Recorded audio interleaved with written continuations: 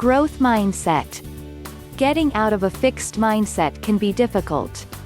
What happens over time is that people learn certain habits or patterns of beliefs that are tied into specific experiences that are often painful.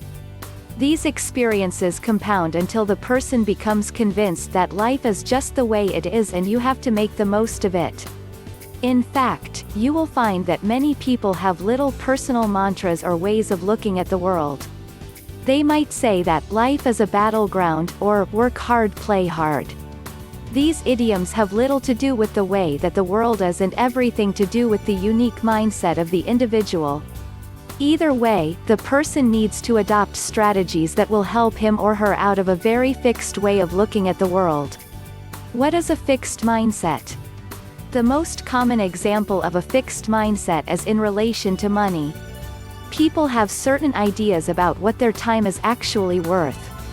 And what happens is that other people reflect this idea back to them. So the person who values his or her time at $15 an hour will apply for jobs that reinforce the idea that they are worth $15 an hour. And they will actually self-sabotage jobs that pay them $30 an hour because they are not worth that. This phenomenon was documented in a book by entrepreneur and success coach Tim Ferriss called The 4-Hour Work Week. What he noticed was that competition was very difficult at the bottom and medium levels because everybody was fighting it out. But it actually gets very easy in the upper echelons of management, because they believe that are worth every penny even though they often do very little work. It can actually be easier to shoot for high-end jobs once you have the appropriate psychology compared to working your way up step by step. This is a reflection of the esoteric principle that the whole universe is a product of the mind. What we believe internally is reflected back to us, and we then proceed to believe that this reflection is actually the truth of existence.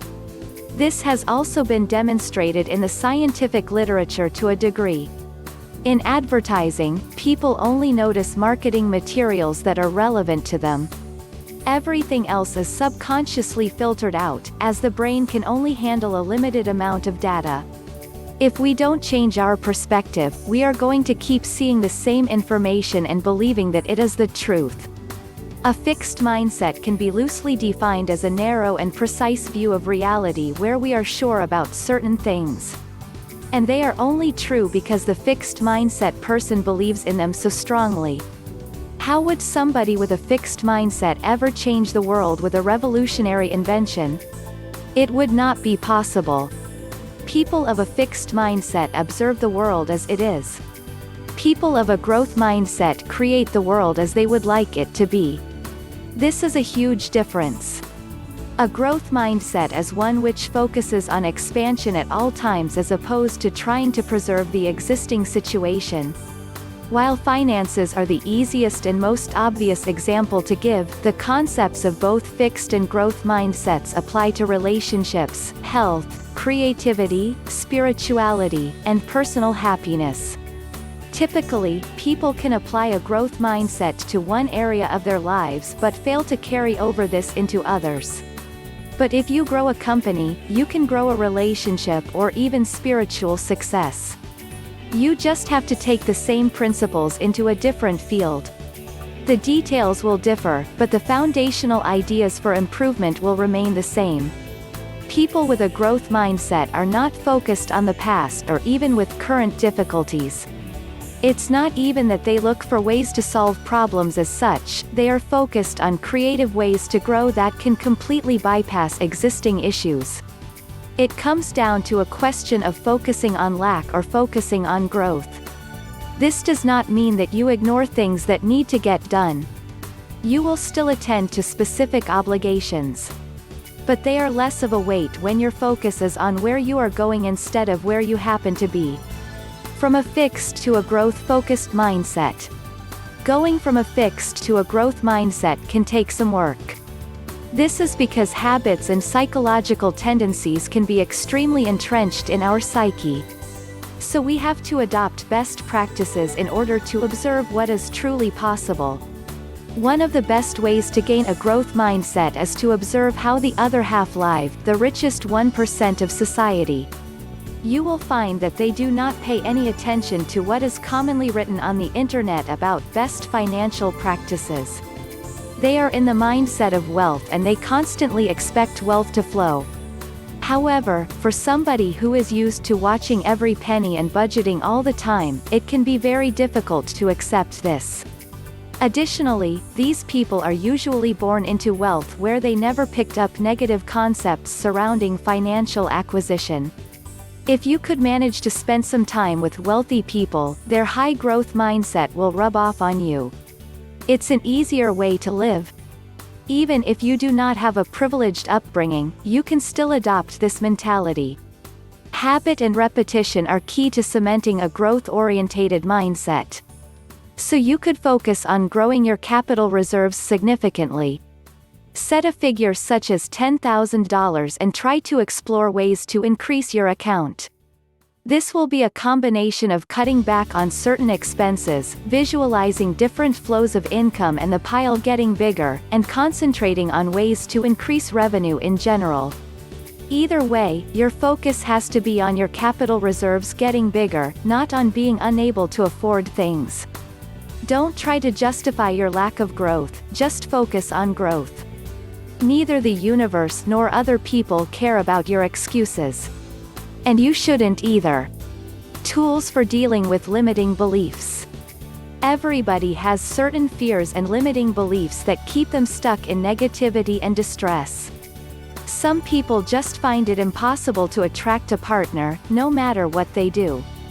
Other people find it difficult to manifest money and material items, despite applying all the online techniques and turning their attention to the problem. This is where meditation and mindfulness can really demonstrate their effectiveness. They can serve as tools to calm down our central nervous systems when we are anxious or upset about anything. When we get in negative thought spirals about something, the situation continues to perpetuate itself. On a larger scale, this is also what is happening when we simply cannot manifest money, relationship, wellness, or any kind of abundance. Deep down we have very strong convictions based on prior experiences. And it is these deeply held beliefs that stop us from growing in a very real sense. Mindfulness and meditation can help to observe these beliefs without having any negative reactions. They free us up to grow and expand. Of course, when using them we need to make sure to take a long-term and mature approach.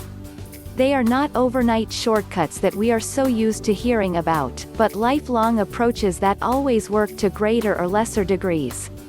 In truth, all things that relax us such as surfing, singing, dancing, painting, writing, doing martial arts, going for a massage, essential oils, and more are useful for getting us out of our own heads. We need to do things that put us in a good place, and to integrate them into our lives for frequent emotional and mental resets. When we are in a good place, we can then focus on our growth mindset much more efficiently.